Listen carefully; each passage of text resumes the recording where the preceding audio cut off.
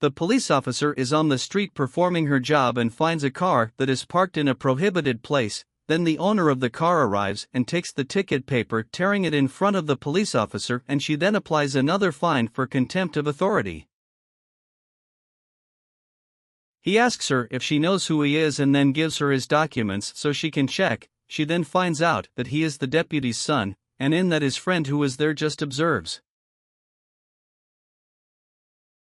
He confirms that he is the deputy's son and that she is nothing more than a little agent. He then returns his documents and turns around, and meanwhile he talks to his friend and they approach the policewoman pulling up behind her, and she then pushes him and says that he respects her and it is not because he is the son of a slender that he can behave like a brat.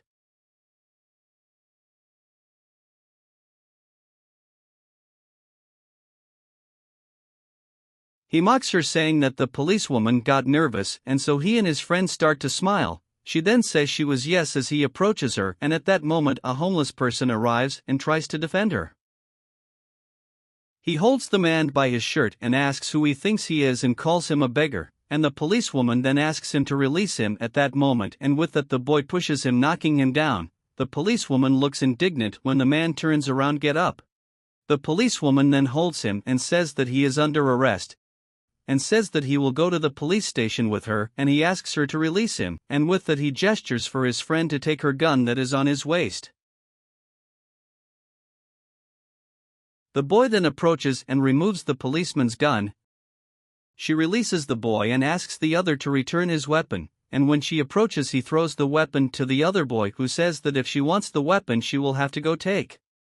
She then says that just because he is the deputy's son he thinks he can't be arrested, and says she can arrest him, yes, and asks him to return her gun, but he throws it back to his friend, and so they continue.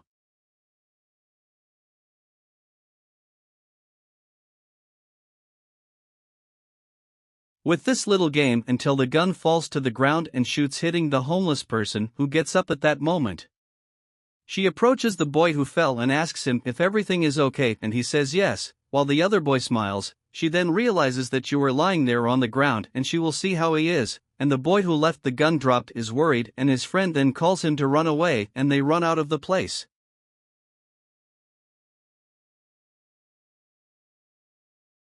While he asks you to stay calm and asks you to breathe while calling the ambulance, in that the two boys go to the car, but it doesn't work, in that the boy is desperate for having shot a person and the other asks for him lose the temper.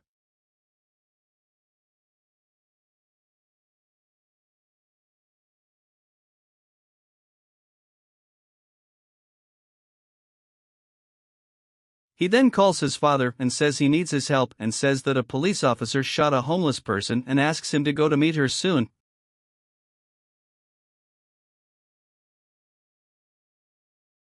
His father then, without understanding what was happening, asks the boy his location. The boy says where he is and tells him to go fast. He is waiting for him, and the father says he is leaving.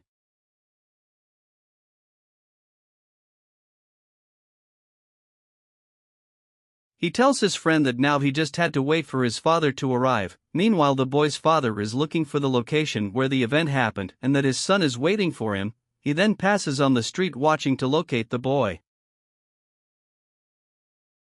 The police approach the boy's car, while the deputy looks for them.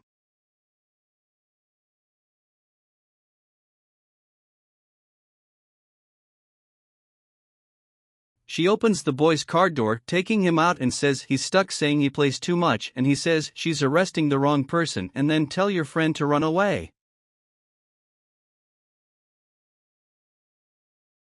The boy gets out of the car and runs in the opposite direction, but when he turns a corner he runs into a tree, and when he hits his foot he hurts himself and limps out of there. While the policeman yells for him to come back, she takes the boy and places him there sitting in a sidewalk while calling for an ambulance.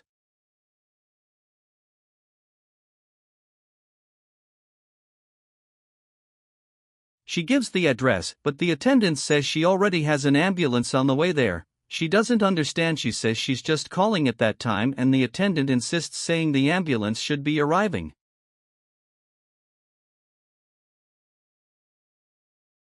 She hangs up the phone, and the guy then gets up and walks past her, and she asks him where he thinks he's going.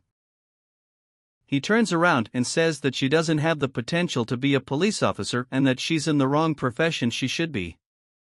Washing clothes, she says he's a lost fruit. She says he doesn't know what he's talking about, and he calls her a chicken. Indignant with his attitude, she says that he should have more respect and that his father, for being in front of the police, should have taught him to be polite of people.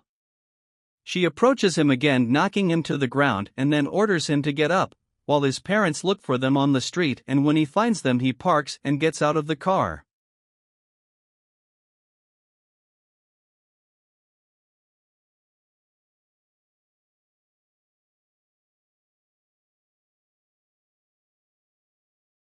He then runs when he sees his son, and the boy says that the police officer cannot do that to him, and she tells him to keep quiet. The police chief then arrives and wants to know what is happening there. The boy says that she shot the resident street and who is trying to arrest him.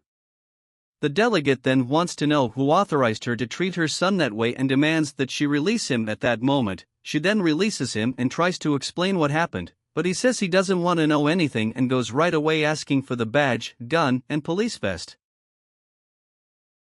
She then takes it out and gives it to him while he takes the objects from the policeman. Her son's friend goes back and pulls his leg to where the homeless person is lying.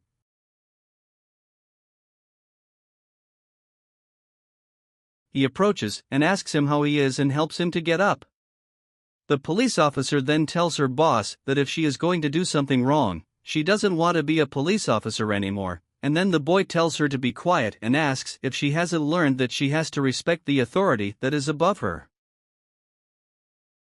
She says that he himself says that respect generates respect and says that she needs to be respected. The deputy then says that she knows that things are not the way it works and that she cannot just say she is out, and says she will have to file a lawsuit in order to really investigate what happened.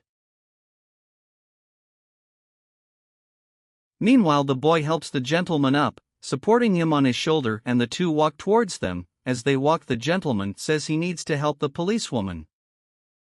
She tells her boss that even if he didn't allow her to explain herself, she would talk anyway, and starts saying that his son and her friend took her gun away and then started throwing it at each other, and with that she fell and shot, hitting the homeless man.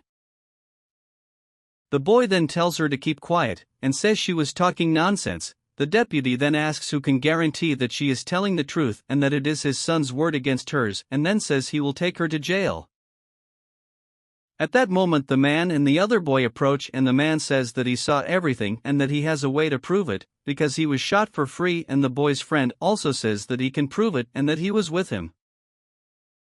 The delegate then wants to know what happened there, and says that it is a very serious matter, and they ask them what they are talking about. The boy then says that his son takes advantage of his position to get ready on the streets and does what he wants for be the delegate's son.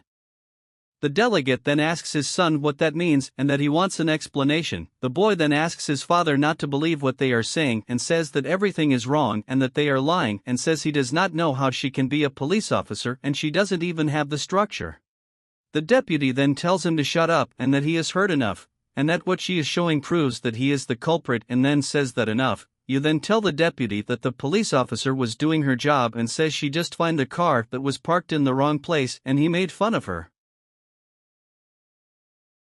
And he continues to say indignantly that he doesn't know how that can happen and that he still is left over because he went to help the police officer and ended up getting a gray shot, and says that despite everything he is fine and that he will get better. The delegate then apologizes to you for what happened and for your son's irresponsibility, and tells the police officer that he owes him an apology, that unfortunately he acted hastily, and that he will return her things, and gives her the gun and apologizes again, wanting picture with her. She says she was just doing her job and says that his son should learn from people that a woman can be whatever she wants and that she can practice any profession, even a police officer who defends people. As she did, the sheriff's son just shook his head, and the sheriff then apologizes to her once again and says he's been following her work for some time and that he knows she does a great job and that he got excited, and then says for her to stop by his office on Monday, as he's going to change his rank from sergeant to lieutenant.